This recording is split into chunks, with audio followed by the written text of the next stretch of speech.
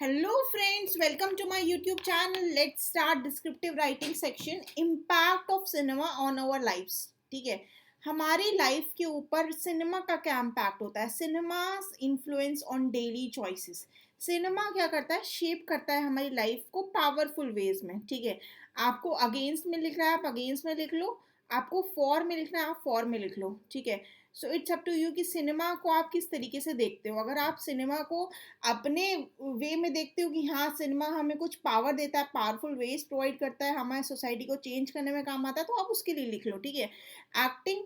देखो, cinema powerful veg है, मतलब सिनेमा शेप करता है हमारी लाइफ को इन a different way, in a powerful वे. ठीक है, जैसे कि सोसाइटी को दिखाता है, society mirror of the society, मतलब सोसाइटी को ही दिखाता है कि किस तरीके से सोसाइटी ड्रेस करती है, किस तरीके से सोचती है. आप किसी मूवी का एग्जांपल ले सकते हैं. ठीक है, उस मूवी का एग्जांपल आप इसमें इंक्लूड कर सकते हैं.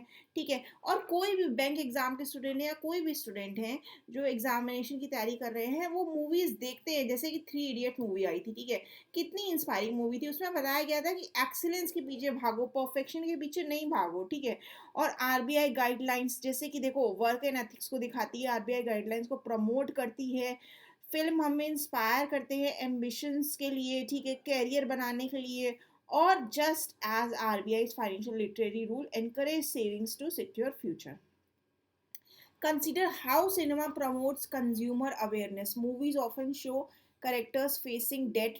मतलब मूवीज में दिखाया जाता है कि किस तरीके से लोग डेट ट्रैप में फंस जाते हैं. तो डेट कम से कम लेना चाहिए, उधार कम से कम लेना चाहिए. मूवीज से हम वोकैबलरी सीख सकते हैं. ठीक है, वोकैबलरी भी हमें बहुत कुछ सीखने को मिलता है. और मूवीज से हम ये भी समझ सकते हैं कि किस तरीके से हमारी इकोनॉमिक ग्रोथ आरबीआई एम करता है हमारे इंडिया के लिए. ठीक है, और बाकी how cinema can spread wrong ideas. लेकिन अब आपको यहाँ पे एक एक फॉर में लिखना है और एक अगेंस्ट में लिख सकते हैं. अगेंस्ट में कि सिनेमा कभी कभार क्या कहता है, निगेटिव भी आइडियाज़ या रॉन्ग आइडियाज़ को भी प्रमोट करता है. ठीक है, तो उसको भी आपको मेंशन करना है. ठीक है, जैसे कि आरबीआई के, जैसे कि कुछ स्कैम्स होते हैं जो एक्चुअल में हुए नहीं होते, लेकिन स्कैम दिखाए जाते हैं तो लोग कर लेते हैं. ठीक है, तो इस तरीके से आपको यहाँ पे लिखना होगा पूरा पैसेज. नेक्स्ट पैसेज में आ जाते हैं. सिनेमा का क्या रोल है एथिक्स में और इकोनॉमी में?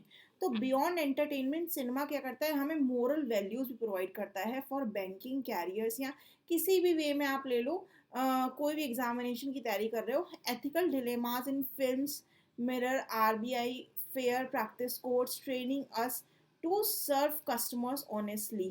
ठीक है, अब ये देखो कितनी अच्छी लाइन लिखी, एथिकल डिलेमास इन फिल्म्स. ठीक है, फिल्म्स में ऐसे बहुत सारे डिलेमा, मतलब होता है कि आप कंफ्यूजन में हो. डिलेमा मतलब होता है कंफ्यूजन, एक ऐसी सिचुएशन जब आप कंफ्यूजन में हो.